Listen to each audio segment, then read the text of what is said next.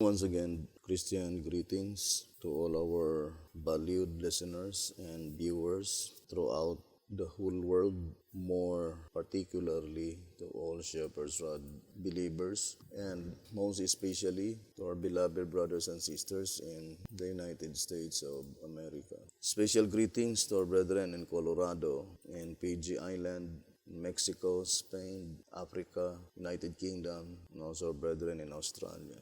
And to the 144,000 living saints scattered abroad, greetings. May the good Lord bless you and have a wonderful evening. This is our episode number 25 on the subject, the opening of the seventh seal. Now, first of all, brethren, the seventh seal being the last seal, according to SR 202, is concerned the living.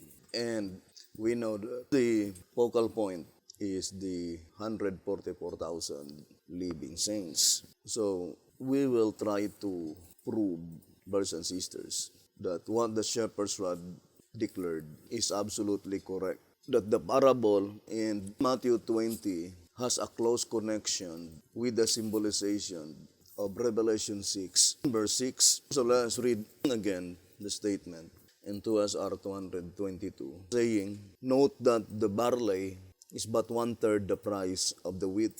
In other words, one goes into the field and gathers only one measure of wheat and receives a full day's pay. But the other, who works all day, gathers 3 measures of barley and receives no more than a day's wage, a penny." The symbols have a very close connection with the parable given by Christ. Therefore, let the reader concentrate on the subject, for here is a truth worth our earnest attention. So, let us study closely the close connection between Revelation 6 verse 6 and the parable in Matthew chapter 20, or the 5 distinct calls. In 2SR 234, it says, "Why only 2 kinds of cereals brought to view? Why not 5?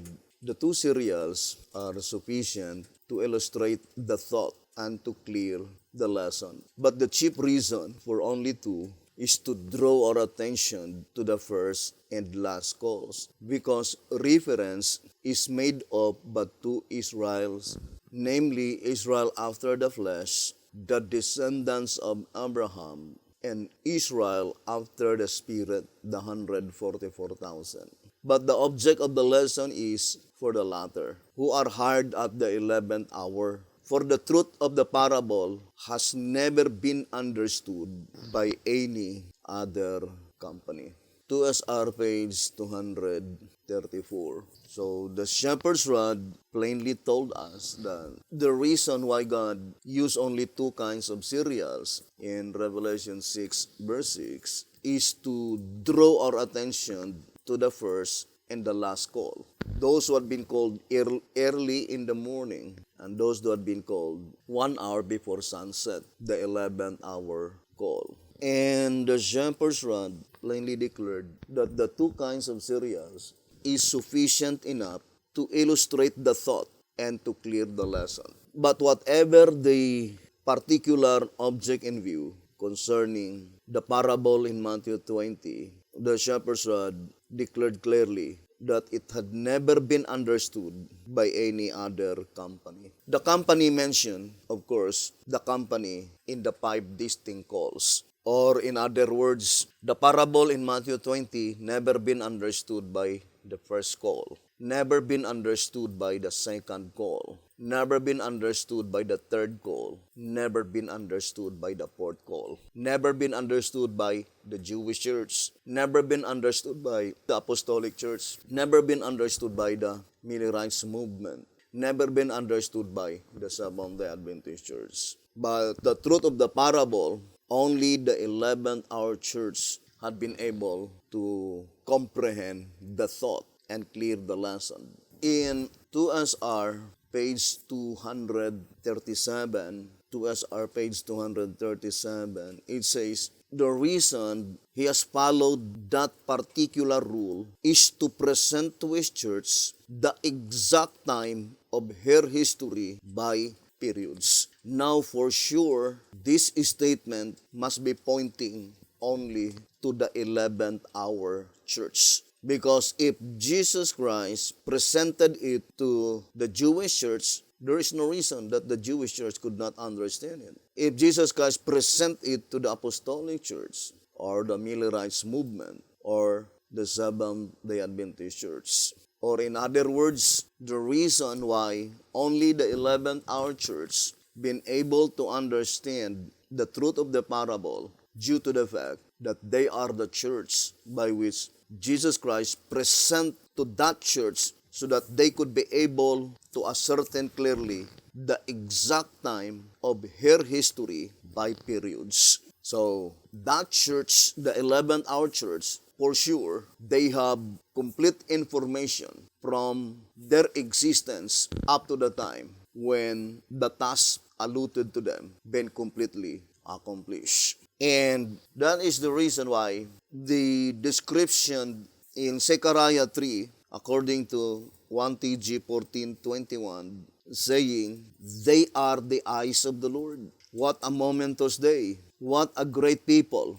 Evidently, they constitute the stone of Zechariah chapter 3, which we studied several weeks ago and learned that it has 7 eyes, meaning complete spiritual vision. Obviously, this is the stone that smites the great image of Daniel 2, verse 45. And for sure, that is pointing to the 11th hour servants. And to repeat again, in 11 Symbolic Code, number 6, page 19, saying, the Lord has given us in this day an accurate and reliable blueprint in His 11th hour message, so that none of us need ear. In knowing how great a privilege we have to be a true witness for Him in word, in deed, and action. Let us not therefore put off the work and thus prolong the world's sorrow and suffering, but let each of us be among those who shall fulfill the purpose for which we were created, to verily help bring about complete and true rest and everlasting joy. God has faithful ones who will do it. Will you be one of them? 11 Symbolic Code, number 6, on page 19. Now, let us now focus our attention, brothers and sisters, in this very important subject. And to repeat again, in 1 TG number 13, on page 7, it says, our duty is to prove God's word correct, rather than to hold tenaciously to our preconceptions and misconceptions until God Himself steps in and put us to shame. 1 TG number 13, page 7. So our goal, our duty, is to prove that what the shepherd's rod declared, being the rod of God, being the word of God, it must be absolutely true. Now, the shepherd's rod declared clearly, brethren, that the parable in Matthew 20 has close connection with the symbolization in Revelation 6, verse 6. And we know that Revelation 6, verse 6 is the last verse that describes the third seal. Now, the absolute question is that, why is it that the parable in Matthew 20 is connected with the symbolization under the third seal? Now, let us read again 2SR 225 and 226. It says, with the previous explanation of Revelation 6, verse 6, a measure of wheat for a penny and 3 measures of barley for a penny. We shall endeavor to prove that the symbols point back to the parable of the householder. And Jesus allegorically looked forward to John's vision. If the explanation perfectly fits the parable and the vision in harmony with God's book and law, and a present truth lesson is derived therefrom, then only must we accept it as truth. 2SR page 225, 226. So that is our goal. We shall endeavor to prove that the symbolization of Revelation 6 verse 6 point backward to the parable in Matthew 20. And at the time when Jesus Christ gave the parable in Matthew 20 to the apostles, Jesus Christ is looking forward to John's vision. And then the shepherd's rod says, if the explanation perfectly fits the parable in the vision, or in other words, the correct interpretation of the parable in Matthew 20 must perfectly harmonize the vision of John in Revelation 6 verse 6, vice versa. And it should be in harmony with God's book and law. And there should be a present truth lesson derived from such explanation. Then that is the time that we safely conclude and accept it as truth cometh from God. Now let us focus first in the parable. Here in 235, 2SR, it says, give them their hire. It says, give them their hire. Note that those who were hired last were paid first, and the first last. As all were equally regarded, the ones hired first murmured, though they were paid in full. Their disdainful act denotes that the Jewish nation was unworthy of their hire. And the good man said to them, take that thine is, and go thy way. As ancient Israel is represented by the first call, as previously explained, to them the words apply, and as they were the ones who murmured, it proves the parable correct. Why were the first paid last and the last first? Answer. The pay God's servants receive is eternal life and is characterized by the penny. Therefore, those who are granted the assurance of a never-ending life first are those who were hired last. And according to the parable, it was the company called at the 11th hour. They are those who are marked or sealed by the man with the writer's inkhorn of Ezekiel 9. Or as John calls him, the angel with the seal of God, and he sealed or marked 144,000. See Revelation 7. This glorious company is the first who are granted the assurance of never tasting death. See the Shepherd's Rod, Volume 1, pages 22 to page 24. Thus they are paid first, but those who were called early in the morning, Israel after the flesh, are to be resurrected, the righteous, when Christ comes in the clouds, at which time they shall be given immortality, so that the last shall be first, and the first last. For this reason, those who were sealed and saved by the third angel's message since 1844 are resurrected in the special resurrection before Christ comes. See Daniel chapter 12 verse 2, early writings, page 285. Now, let us be very careful in this subject. Now, I would like to make a little illustration. So, these are the five distinct calls. 5 distinct calls. Number 1, Israel after the flesh. Israel after the flesh. They are those hired early in the morning. Early in the morning, that is the time when they left out Egypt. Second, the apostolic church. The apostolic church. Third, Millerites movement. Then, fourth, Seventh-day Adventist Church, or those who died since 1844. Fifth, 144,000 living saints. Now, according to the parable, of course, 1 penny represents everlasting life, or it is called granting immortality. Now, these 4, all of them are resurrected saints. Only the last call represented by the living saints. And we already read, brethren, that there are only 2 ways by which immortality will be granted. And that is by resurrection or by translation. So let me see, I could find that statement given by the Voice of Inspiration. It says here, it says, Christ's kingdom, American Sentinel, page 379. Christ's kingdom is an everlasting kingdom, which cannot be inherited by dying people. They must first be immortalized by the resurrection or a translation. So there are only two ways by which immortality will be granted, that is, either by resurrection or by translation.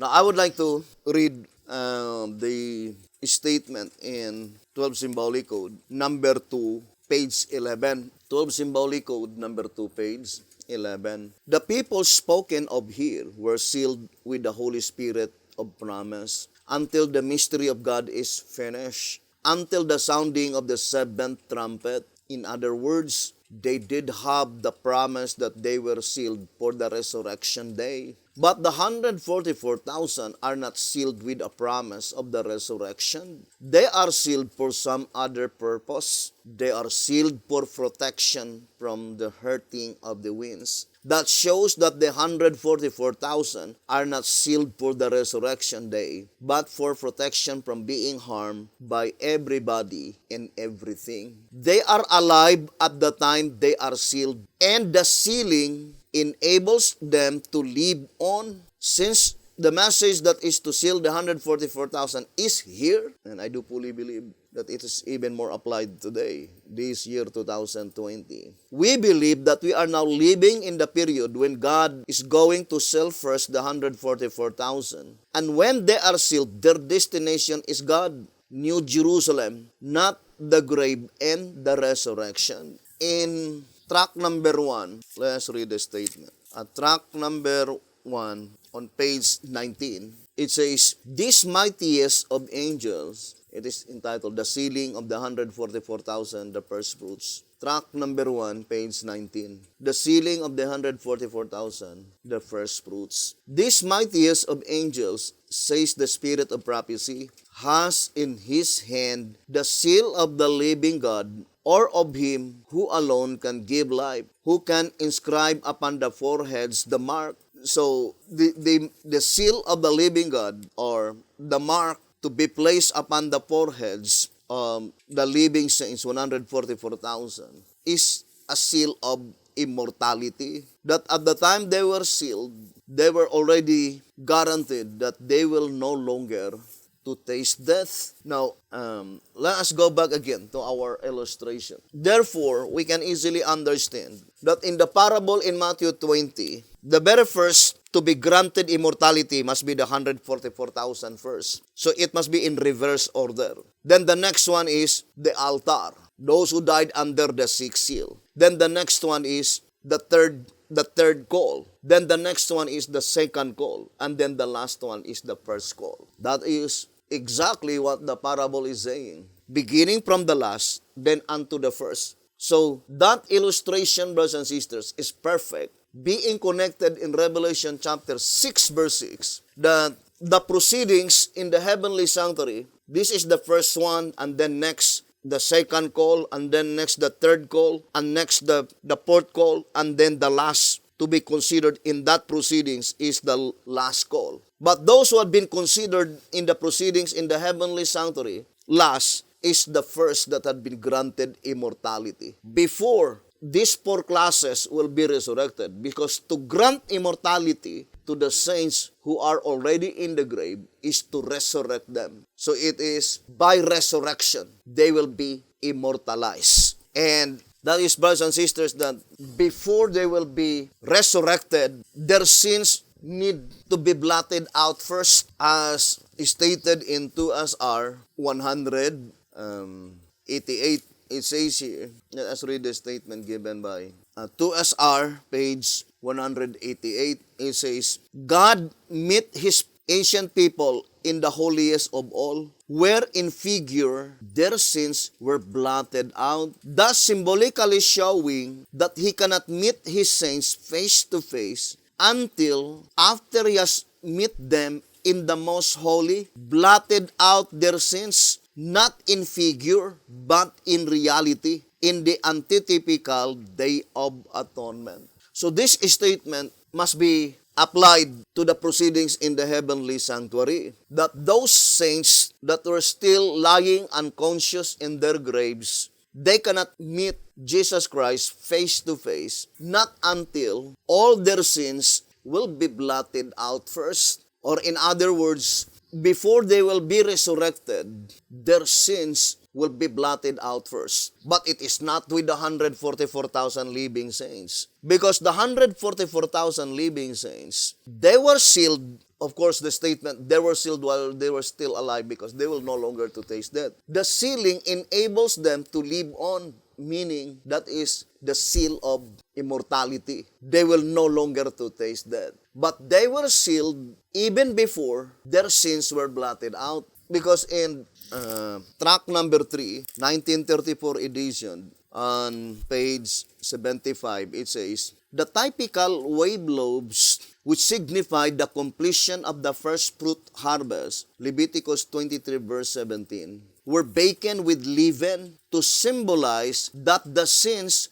were not blotted out at the time the servants of our God were sealed. Hence, the investigative judgment for the living, blotting out the sins, will begin after the sealing of the 144,000, the spiritual wave lobes, and after the outpouring of the Spirit. The leaven may have a still deeper meaning. Track number 3, 1934 edition, page 75. So at the time when the 144,000 received the outpouring of the Holy Ghost, at that time, their sins were not yet blotted out, but for sure at that time, immortality were already granted to them, even before their sins were blotted out. Unlike with the first 4 calls, the Jewish church, apostolic church, the Millerites movement, and those who died since 1844, the constituent under the 6th seal, which is the altar, they will not be resurrected, by which such resurrection is the granting of immortality, not until their sins were blotted out first. And such illustration of the 144,000 living saints, as stated in track number 3, let us read again. In track number 3 on page 79 and page 80, it says, So Christ, the first fruits, and those who with him at his resurrection came forth from the grave, raised to everlasting life, were the antitypical wave sheep of the dead. And since the wave sheep of grain pointed forward to the ingathering of the first fruits of the field, just so those who arose with Christ, being first fruits of the dead, pointed forward to the ingathering of the gospel first fruits, the 120 disciples. But as those who arose with Christ ascended with him as trophies of his victory over death and the grave, they thereby became a living type, and thus the wave sheep of the living. So they became the living type, brothers and sisters, of the 144,000 living saints. And in track number 3, page 84, it says, the reader will remember that those who arose with Christ on the 18th day of the first month, follow the chart on page 55, were immortalized and received into heaven as the antitypical sheep, pointing to the ingathering of the fruits that shall never die. Although we will discuss that in detail in the subject, the wave sheep and the wave lobes, maybe this coming Sabbath. But what I'm trying to emphasize that those saints, typifying the 144,000 living saints, by which they were immortalized even before their sins were blotted out. So that is the illustration that I would like to show in this study. That the saints that had been resurrected together with the resurrection of Christ, they were immortalized even before their sins were blotted out. So that is a special company, typifying the 144,000 living saints, by which they will also be immortalized even before their sins were blotted out, as we already read in track number 3, 1934, on page 75. Now, let us now focus our attention, brothers and sisters. To repeat again, as far as the shepherd's rod is thus concerned, let us connect our study concerning the parable in Matthew 20 to the symbolization of the vision of John in Revelation 6, verse 6. And it is not just a mere happenstance that chapter 6 and verse 6, 6 and 6, represent the Bible, the 66 books of the Bible. Now, the shepherd's rod made it so plain that the number of the Bible is 5, right? That is the number of the Bible. Accordingly, the numerical value of, it says here in 1934, track 3, page 69 and page 70. I would like to read only the portion. It says, therefore, the numerical value of the Bible is 5. So that is the numerical value of the Bible, 5. The word Bible itself contains 5 letters. So the numerical value of the Bible is 5. Now, the statement, brothers and sisters, the Shepherd's Rod says in 2SR page 222, it says, 234, why only 2 kinds of cereals brought to view? Why not 5? And you will also wonder, why is it that B.T. Hotep used the number 5 instead of 3, instead of 4, instead of 6, or instead of 7? It did not say, why not 3? Or why not 4? Or why not 6? Or why not 7? Or why not 10? But the Shepherd's Rod says, why not 5? So here, brothers and sisters, 5 and 2 has a close connection with each other. Matthew 20, there are 5 distinct calls. In Revelation 6, verse 6, there are only 2 kinds of cereals. So why is it that since the parable in Matthew 20 has a close connection with the vision in Revelation 6, verse 6, why is it that God did not use 5 kinds of cereals? Why only 2, according to the voice of inspiration? And then it says that the 2 cereals are sufficient to illustrate the thought and to clear the lesson. So the 2 cereals are sufficient to illustrate the thought and to clear the lesson. And you might wonder, brothers and sisters, barley contains 6 letters, and the word wheat contains 5 letters, right? So, no, it is not an accident, but I fully believe that that is perfectly designed by God. To repeat again, wheat contains 5 letters. Barley contains 6 letters. And the third seal is 2 verses. Verse 5 and verse 6. So, that is very plain. Now, let us carefully decipher this very important subject, which is worth of our earnest attention, according to 2SR 222, brothers and sisters. Now, let us focus first to the third seal, because Revelation 6, verse 6, it is the third seal. Now, here in 2SR 221, 2SR page 221, focusing only to the third seal, it says, the third from Abraham to Christ. So it says, the third from Abraham to Christ. 2SR page 221. So that is the entire generation of the third seal. Because the 7 seals, I think the Shepherd's Rod used the term generation. Now here in 2SR, on page 201 and 202, it says, the seals by periods. Revelation 6. As the evidence brought forth cannot be questioned, that with the book of seals the judgment opened, and as it began with the righteous who live upon the earth first, and ends with the last, it is positive that the 7 seals spread over the entire world's history. Consequently, they include every saint since the world began. The number 7 bears the same evidence. As there are 7 seals in consecutive order, it is clear that our world's history is divided into 7 different periods. The judgment begins with the first and ends with the last. Evidently, the first 6 seals complete the cases of those who were dead preceding the judgment while it is in session. But the 7th sealing period, being the last, must concern the living. 2SR page 201 and 202. But in 2SR page 198, I would like to read to you. It says, 2SR page 198, the 7 lamps, or the 7 lamps of fire burning before the throne, which are the 7 spirits of God, Revelation 4 verse 5. The lamps of fire, 7 in number, present before the throne, represent completeness of the truth of God, present truth revealed to every generation since the world began, by which we are judged. Those who are obedient to all the light and truth given them have come up to the requirements, they are sealed and cleared from the condemnation of the law of God. Now, so the shepherd's rod is plainly telling us that the world's history is divided into 7 different generations, brothers and sisters, or that is in general.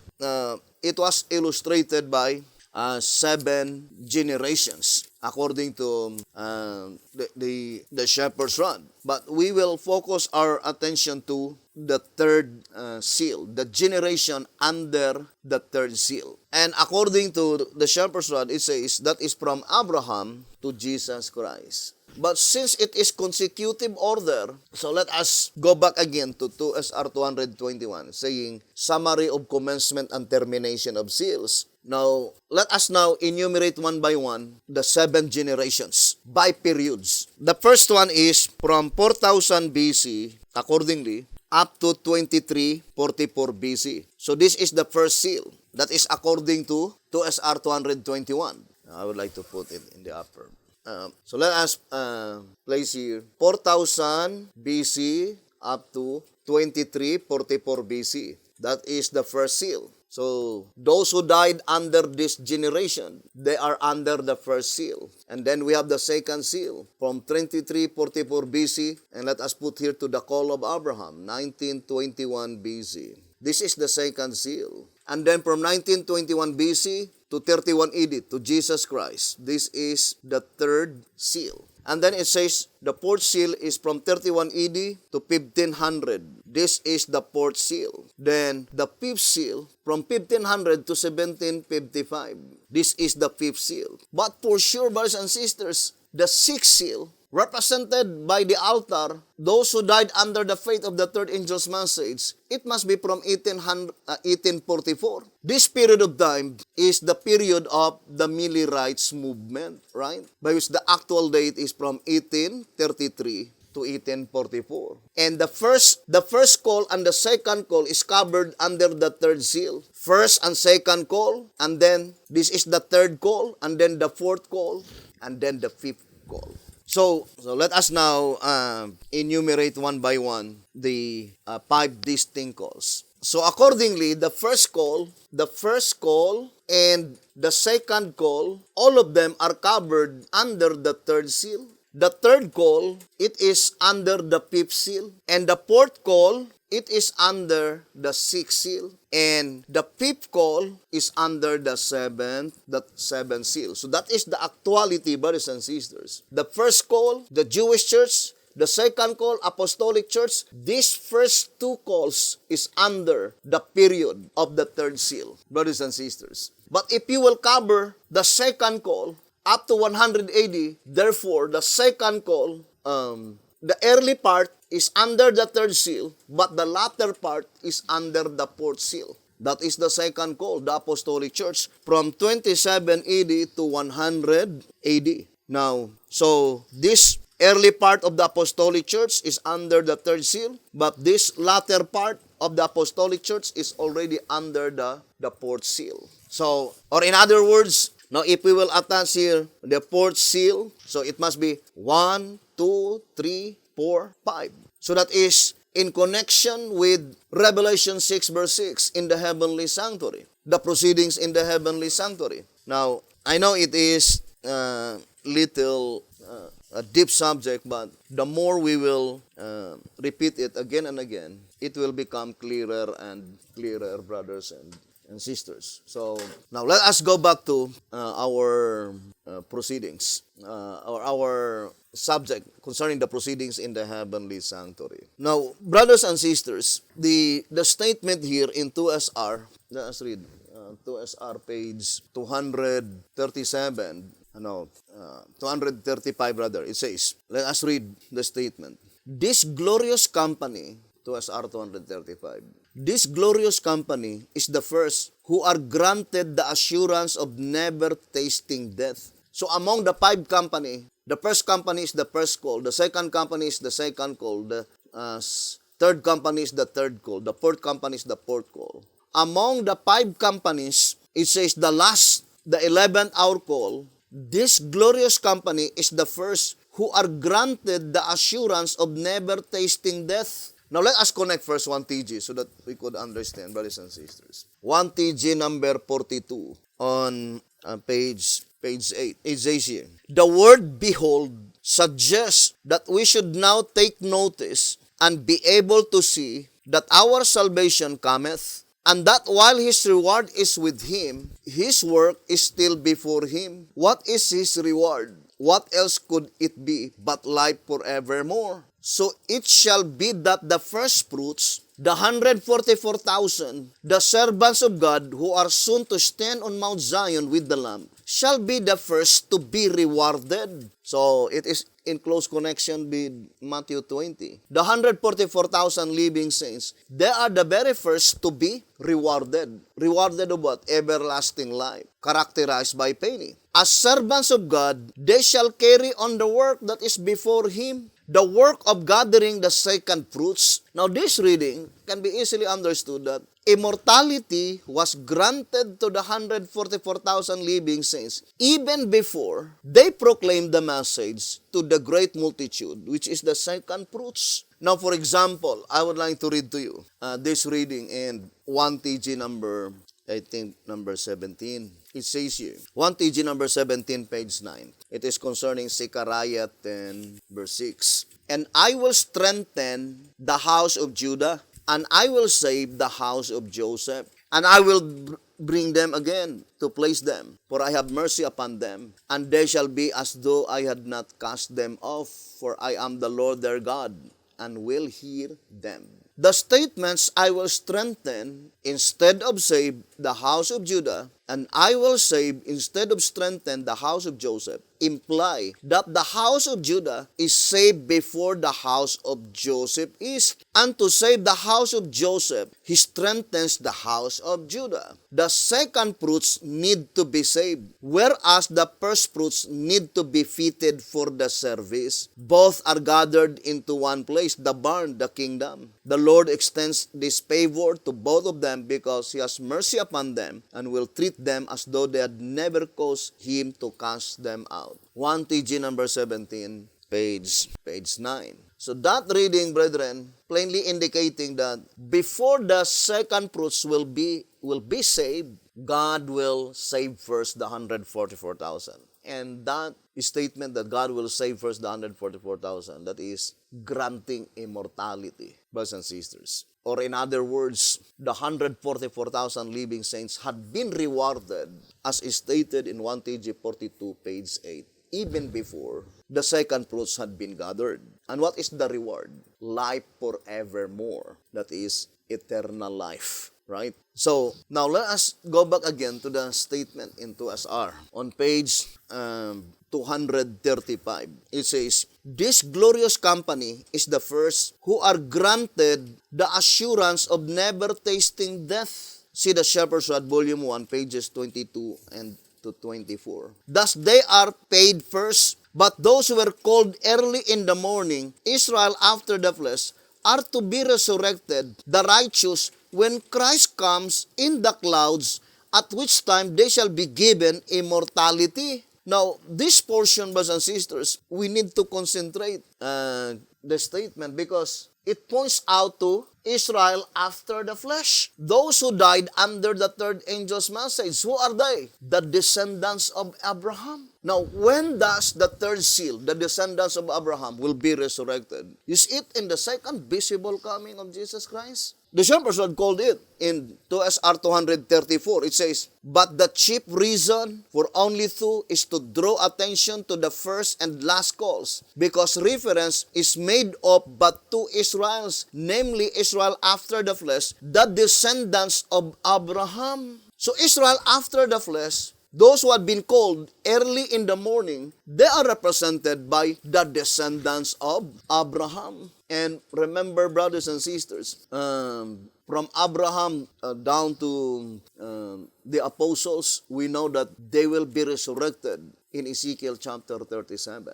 That is a special resurrection. And it could not be the resurrection in the second visible coming of Jesus Christ. And I do fully believe that every Davidian know that absolute fact, brothers and sisters. Now, for example, let us read 2TG. Here in 2TG number 7, it says here, 2TG number 7, pages 12 and page 13. Now, to line up all the resurrections, we must take into account also the one of Ezekiel 37, verse 1, verse 11 to 14. 2TG number 7, page 12. In page 13, it says, in this resurrection, only God's own people, Israel, arise with no sinner among them. Moreover, these do not meet the Lord in the air. They are taken to the land of Israel, Palestine. This resurrection, therefore, is not the same as the resurrections of 1 Thessalonians, of the Revelation, or of Daniel 12. It must be a separate one. So that is very plain, right? Ezekiel 37 could not be the resurrection at the second visible coming of Jesus Christ, nor could it be the resurrection in Daniel chapter 12. Now, brothers and sisters, I would like to summarize our study that the significance of the parable in Matthew 20 in connection with the proceedings in the heavenly sanctuary, in connection with Revelation 6, verse 6, brothers and sisters, is that those who had been inscribed in the book of resurrection, first is the last to be resurrected.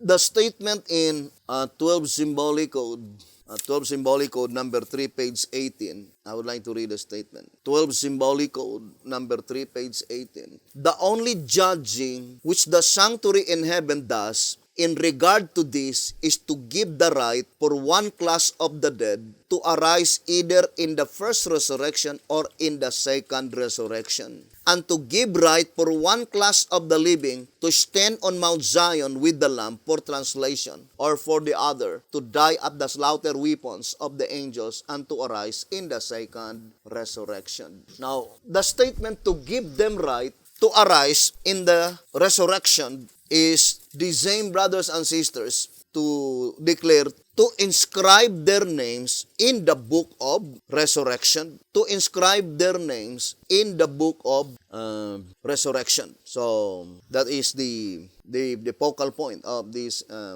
study, brothers and sisters. Now, since the shepherd's rod declared clearly in 2SR 164, I would like to read 2SR page 164. It says, when the judgment opened in 1844, as previously explained, the investigation began with the dead. And when that part of the work is finished, then commences the judgment of the living. 2SR 164. Here's another statement that I would like to read in, I think, the old Symbolic Code. It says, 3 Symbolic Code number 7, page 2. 3 Symbolic Code number 7, page 2. Early writings, neither here nor elsewhere, in any way suggest that the sealing of the 144,000 was then in progress, but rather the sealing of early writings should not be interpreted in a way to contradict the sealing of the great controversy. Then the sealing of the former cannot be the sealing of the latter. For if the sealing of the 144,000 began in 1844, and if that is the only sealing, then, as the record asserts, all who died in the third angel's message since 1844, including Sister White, are necessarily lost, because the great controversy plainly states that the 144,000 shall not die, but be translated from among the living. The Great Controversy, page 646. Moreover, the author of early writings and of the Great Controversy states in the Testimonies for the Church, volume 3, page 266, that the sealing of the 144,000 is the closing work for the church, but the sealing that began in 1844 was the beginning, not the closing of the church work. 3 Symbolic Code number 7, page 2. Now, here's another statement that I would like to read to SR page 171. So, hoping that God would help us, brothers and sisters. It says, the sealing of the 144,000 is at the closing of the judgment of the dead and at the beginning of the judgment of the living. To SR page 171. Now, let us gradually illustrate, brothers and sisters, all those statements that we read. The work that began in 1844 according to the voice of inspiration, it is called the beginning work of the judgment of the dead. The beginning work, that is the beginning work of the judgment of the dead. What is the beginning work of the judgment of the dead? Blotting out of sins. It is called the blotting out of sins. Blotting out of sins. This is the beginning work. What is the closing work of the judgment of the dead? To inscribe their names. It is called closing work. Closing work of the judgment of the dead. Judgment of the dead. That is closing work. And what is the closing work? To give them right to arise in the resurrection, or to inscribe their names in the book of resurrection. To inscribe their names in the book of resurrection. And we know that there are different classes of resurrection. So that is the dividing line. This one is the beginning work. This one is the closing work of the judgment of the dead. Now, let us read at least two passages, and then let us explain. In 1TG, here in 1TG, I would like to read. Let us read the statement. 1TG number 11, it says here, on page 10, so let us read 1TG 11, page 10. It says, the Second Advent movement was then reorganized, and the title Seventh-day Adventist given to it. Thus, the Lord charged His messengers to cry yet, to proclaim again, to continue preaching the additional light, the judgment for the dead, the cleansing of the sanctuary, Daniel 8:14, the purification of it by blotting out from the books, Daniel 7 verse 10, the names of those who are found not eligible to come up in the first resurrection, the resurrection of the holy ones, Revelation 20 verse 5 and 6. So here, brothers and sisters, the voice of inspiration is plainly telling us how God perfectly arranged the proceedings in the heavenly sanctuary by resurrection and by translation. So let us now enumerate one by one, brothers and sisters, the proceedings in the heavenly sanctuary. Now, I would like to read first, I think, the great controversy before make a short illustration. In the great controversy, page 485, let's read the statement. Or is it 485? It says, the great controversy 485. The work of the investigative judgment and the blotting out of sins is to be accomplished before the second advent of the Lord. Since the dead are to be judged out of the things written in the books, it is impossible that the sins of men should be blotted out until after the judgment. So when would be the blotting out of sins? After the judgment. Judgment where? In the holy place. Now, going back again to the great controversy 421, it says, but before this can be accomplished, that is pertaining to the blotting out of sins, but before this can be accomplished, there must be an examination of the books of record to determine who through repentance of sin and faith in Christ are entitled to the benefits of His atonement. Now, let us now explain those passages accordingly, and hope that we could be able to help every brethren. Now, in reality, brethren, October 22, 1844, that is the commencement of the investigative judgment. What is investigative judgment? Now, first we are talking about first the first seal. Now, from October 22, 1844, in reality, in Bible calendar, that is October 11, 1843, the commencement of the investigative judgment. Then, October 10, 1844, that is the first day of atonement. The first day of atonement. In Gregorian calendar, that is October 16, 1845. Therefore, there must be at least 359 days investigative judgment. What is investigative judgment? That is, according to the great controversy, close examination of the books. For example, this is the book of the first seal. So it must be examined whose names to be retained and whose names are to be blotted out. Now, after the blotting out of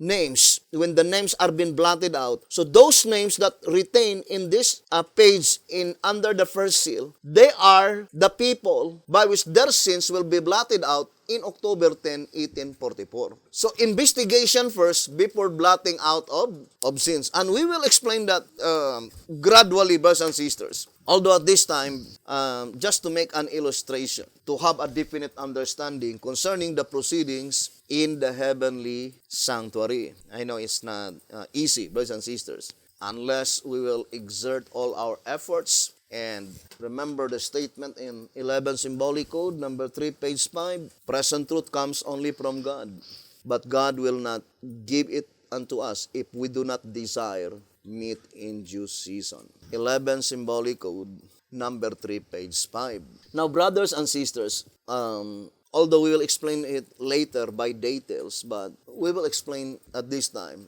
in general term. Now, we have I think, a little diagram, brothers and sisters. So we will show to you this diagram. The 5 distinct calls in the most holy place, 90. Now, so I would like to explain first the diagram before we will read all the passages, brothers and sisters, and hoping God would help us that we have a laser.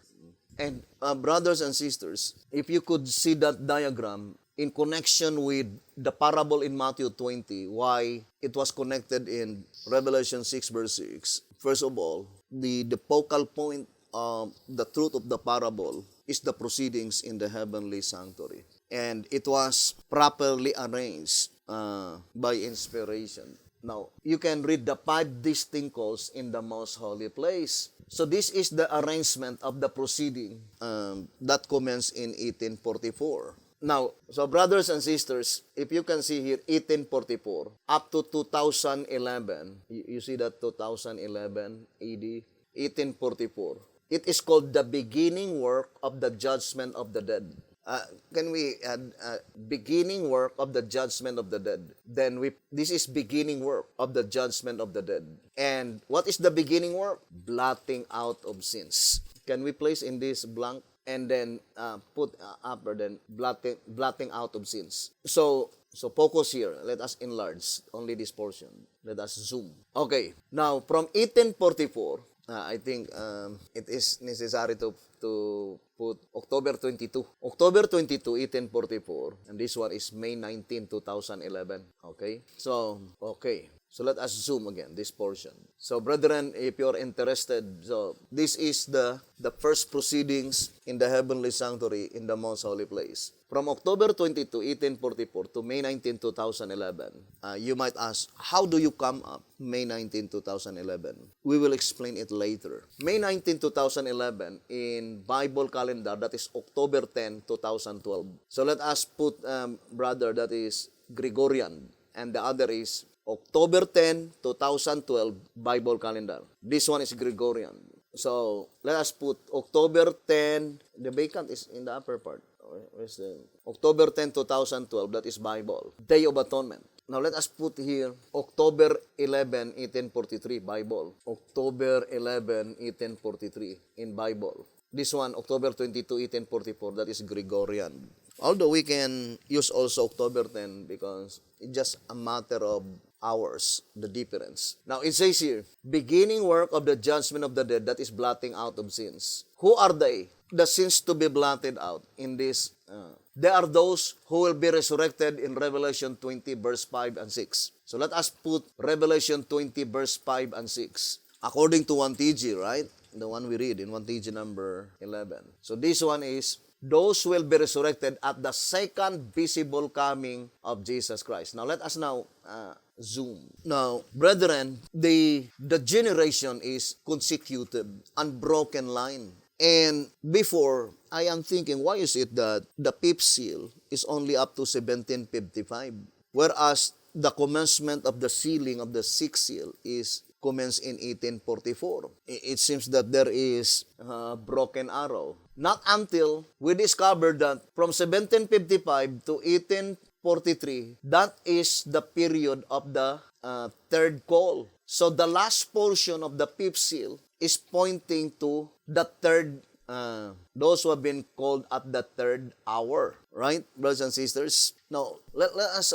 ponder deeply, brothers and sisters, because the Bible cannot be mistaken. To repeat again, we have already the divine arrangement, right? Number one is Jewish church, Apostolic Church, Millerites movement, Seventh-day Adventist, or Daniel 12:2, and the living saints 144,000. But when they had been rewarded by penny, it is reversed from the last to the first. So the first to be rewarded by 1 penny is the 144,000. Next, Daniel 12 verse 2. Now, how about the third call? How about the third call, the Millerites movement? Or I would like to emphasize, brothers and sisters. For example, this is an example. 1, 2, 3, 4, 5. First call. This is the first call. Jewish church. Second call. Apostolic. Third call. Millerites. Fourth call. SDA. Fifth call. 144,000. Now, if the parable says, the first to be granted immortality first, the 144,000. Translated. The next to be resurrected is Daniel 12:2. Now, if the Millerites will be resurrected at the second visible coming of Jesus Christ, then the parable will be spoiled. The illustration would be in gross mistake. Because it would be, the first one granted immortality is the 144,000. Next, the fourth call. Then next, the second call. Then next, the first call. And then last, the third call. That is not the parable.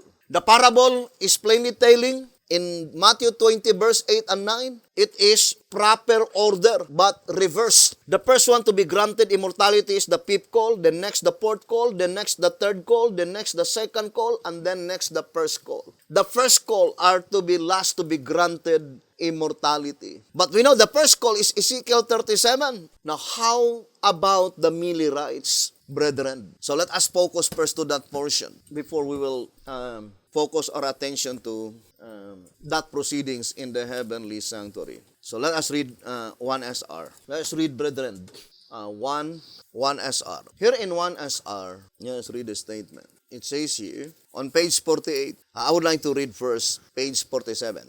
Type of spatial resurrection. If Moses represents the general resurrection, who then would represent the mixed or spatial resurrection of Daniel 12 verse 2? We have the one of Matthew 27 verse 52 and verse 53. And the graves were opened, and many bodies of the saints which slept arose and came out of the graves after his resurrection, and went into the holy city, and appeared unto many. The saints who had a part in this resurrection were gathered from all ages, some who perhaps had lived at the very time Christ was preaching and were acquainted with him and his work, were witnesses to his resurrection. Read Early Writings, page 184, and also Desire of Ages, page 786. So let us read Early Writings. So here in Early Writings, 184, it says, when Jesus, as he hung upon the cross, cried out, "It is finished," the rocks rent, the earth shook, and some of the graves were opened. When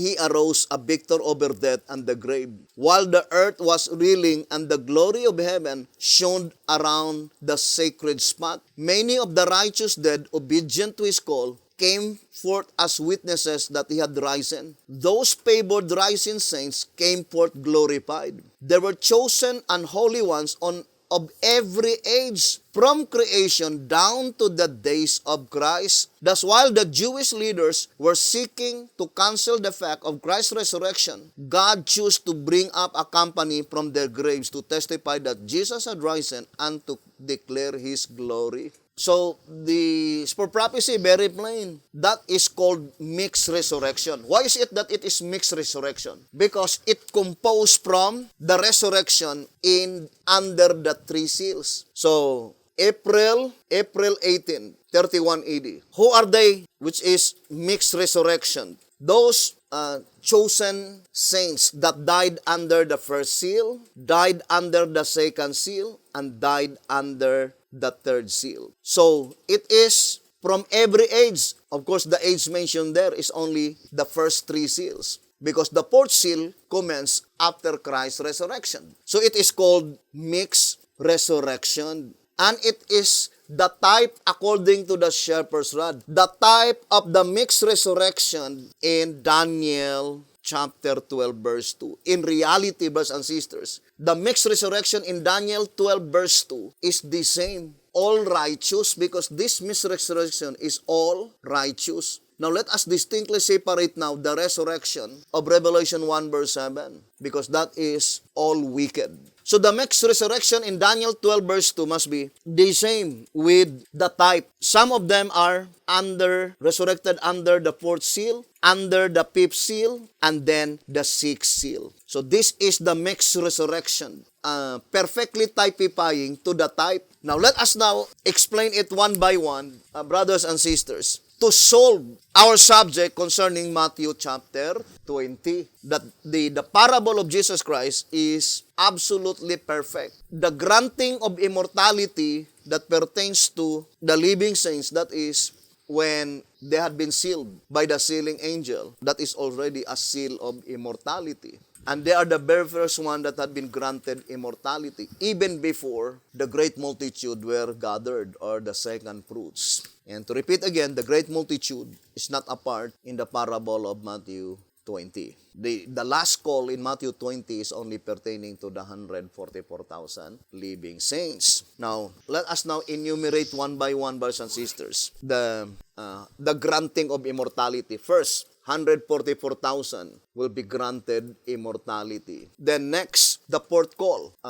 What is the fourth call? Daniel 12 verse 2. So, that is the resurrection of Daniel 12 verse 2. But it is mixed resurrection. So, the first one to be resurrected in Daniel 12:2 is the fourth call. So, let us put here the fourth call. And that is sixth seal. And they will be resurrected at 6 a.m. So the next one granted immortality is the fourth call. And then the next to be granted immortality, the third call. And who are they, the third call? They are those who will be resurrected under the fifth seal. But the generation from 1833 to 1843, they will be resurrected at 9 a.m. And who will be the next to be resurrected? The second call. Who are they? The apostles, or the apostolic church. The generation from 27 AD to 100 AD.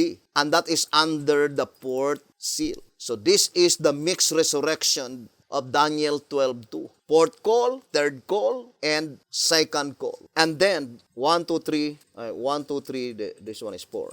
Then, the last to be resurrected is the first call, brothers and sisters, and that is Ezekiel 37, right? So, that is, and there are 3 hours interval, so they will be resurrected at 12 noon. So, this resurrection is occurred the same day, but different hours. 6, 9, 12. So, this is the parable in Matthew 20. The granting of the reward, 1 penny, which is immortality. But the rest of the generation of the fourth seal from 100 AD to 1500, the generation of, this is fourth seal, the generation of the fifth seal from 1500 to 1755, this is the fifth seal. And of course, the first seal from 4000 BC to 2344 BC. Then the second seal is from 2344 BC to 1921 BC.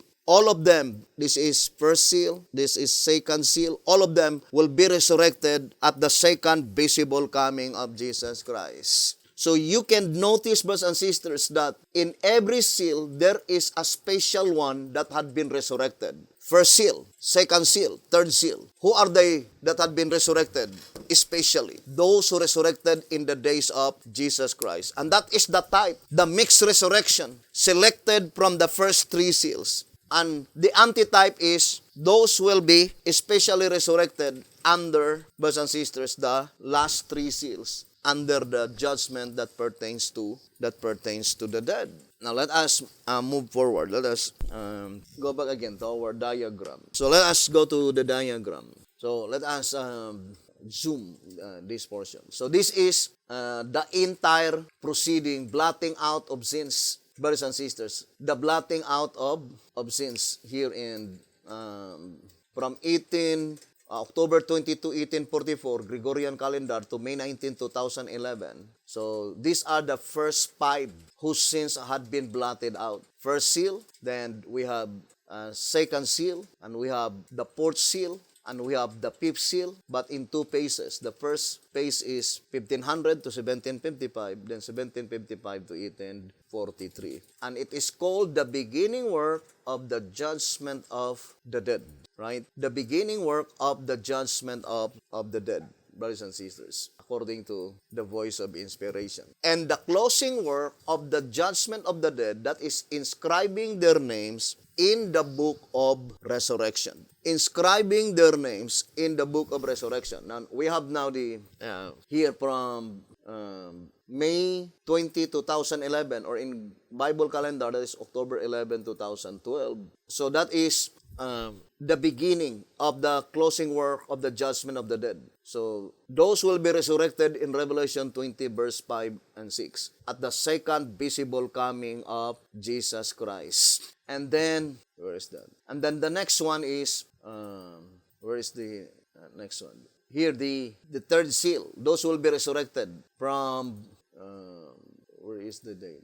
From September 18, 2016, here, up to October 10, 2017, or April 2, 2016. That is the first phase of the third seal. First phase of the third seal, blotting out of sins. And then from October 10, 2017, or up to here, October 10, 2018, that is the second phase of third seal, Moses to apostles, the first and second call of Matthew 20. So here. And then the next one is, here, giving right to arise in the special resurrection, Ezekiel 37, from October 10, 2018, up to October 10, 2019. And from October 10, 2019, up to October 10, 2020, Bible calendar, that is April 7, 2019, that is blotting out of sins, Isaiah 57:1, because 6 seal is divided into 2 classes, Isaiah 57:1 and Revelation 14:13. So this one is October 10. And we have October, so from here up to October 10, 2021, that is blotting out of sins, Revelation 14:13. And so here we can see, brothers and sisters, March 21, 2022, or October 9, 2023, that is the last part of inscribing the names of Revelation 14:13. So, or in other words, the first 4 calls ended their proceedings in March 21, 2022, Gregorian calendar. The proceedings in the most holy place. So their proceedings will end on March 21, 2022. Because the Day of Atonement, October 10, 2023, in Gregorian, that is March 22, 2022, that is the blotting out of sins of the 144,000 living saints. So here, brothers and sisters, even on the 5th, or even those who will be resurrected at the second visible coming of Jesus Christ, the arrangement is still the same. Revelation 20, verse 5 and 6. No, it is 1500 to 1755. It was 1500 AD to 1755. Oh, it is here. Okay. So this is the resurrection in Revelation 20, verse 5 and 6. Those had not been resurrected in the special resurrection in Daniel 12:2, they will be resurrected in 3 a.m. No, it is not 3 a.m. That is 6 a.m. 6. Okay. And then the next one to be resurrected is the generation from 1500 to 1755, 9 a.m. Then fourth seal from 3180 to 1500, 12 noon. Second seal, 2344 BC to 1421, 3 p.m. And then first seal from 4000 to 2344 BC, 6 p.m. So this is the general resurrection at the second visible coming of Jesus Christ, brothers and sisters. I think still okay, 31 to 1500. So now let us now go back to our subject in Revelation 6, verse 6. Now I would like to read again, brothers and sisters, 2SR page 222. 2SR page 222, it says, in our study of the 7 seals, we reserve for future explanation the following scripture. And I heard a voice in the midst of the four beasts say, a measure of wheat for a penny, and 3 measures of barley for a penny. Revelation 6 verse 6. Again, we turn the reader's attention to the fact that the voice came from the throne. See chapter 5 verse 11. Therefore, the price of the cereals is fixed by the great judge. Now, first of all, brothers and sisters, Revelation chapter 5, it is the throne in the sanctuary, and even more pertaining to the throne in the most holy place. So it cannot be applied 1844 backwards, because from 1844 backwards, there was no throne in the most holy place, according to track number 3 as well as track number 6. Now, I would like to read first on track number 6. It says, brothers and sisters, I think page 52, it says, belonging only in the sanctuary, track number 6, page 52. The bleeding lamp and 7 lamps therefore show that John was given a preview of prophetic event to take place in the sanctuary above, when the door there was to swing open. Furthermore, inasmuch as the throne was set up in the sanctuary after the door was opened, there could not have been any throne there previously. Accordingly, after his ascension, Christ did not sit on the sanctuary throne at the Father's right hand, but rather on the one where was a pure river of water of life, clear as crystal, proceeding out of the throne of God and of the Lamb. In the midst of the street of it, and on either side of the river was there the tree of life. Revelation 22 verse 1 and 2. So here the shepherd's rod says that prior to 1844, there was no throne in the most holy place. And also in track number 3, page 5, saying, in this scripture are set forth 4 pertinent facts. The thrones were not present prior to the opening of the scene in vision. The Ancient of Days came and did sit when the thrones were set up. Then the books were opened, all of which thrones, Ancient of Days, and books reveal a judgment scene. And since the books are obviously the focal point in the scene, the question naturally arises, what is the reason for books? And we know that this pertaining to the judgment. So the shepherd's rod is very plain that there was no thrones in the most holy place prior to 1844. In page 16 and page 17, in track number 3, both John's and Daniel's vision revealed that the throne in the sanctuary was not there from the beginning of the creation of God, or from the days of Moses, or yet from the hour that Christ ascended on high, or even from the days of pagan Rome. That indeed it was not set up until after the fall of pagan Rome, when the little horn of the nondescript beast came up in the days of ecclesiastical Rome. Daniel 7, verse 7 to 12, and 21 and 22. So that is very plain here in track number 3, page 16 and page 17. So it was in 1844 by which the throne in the most holy place were set up. But the most important part in this study is to find out when does God the Father began to speak. And without any doubts, that is in connection concerning the proceedings under the third seal. Revelation 6 verse 6. Because that is the time that God the Father began to speak. So we will continue this subject, brothers and sisters, and we'll focus to that portion, the exact period of time when God the Father began to speak. By which at the time when God the Father began to speak, the price of the cereals is already fixed, brothers and sisters. And what does it mean by it was already fixed? So we will continue this subject in our next episode, and also this subject will be discussed in the subject, the wave ship and the wave lobes. Thank you very much for listening and viewing this program, brethren. May the good Lord bless you and have a wonderful evening.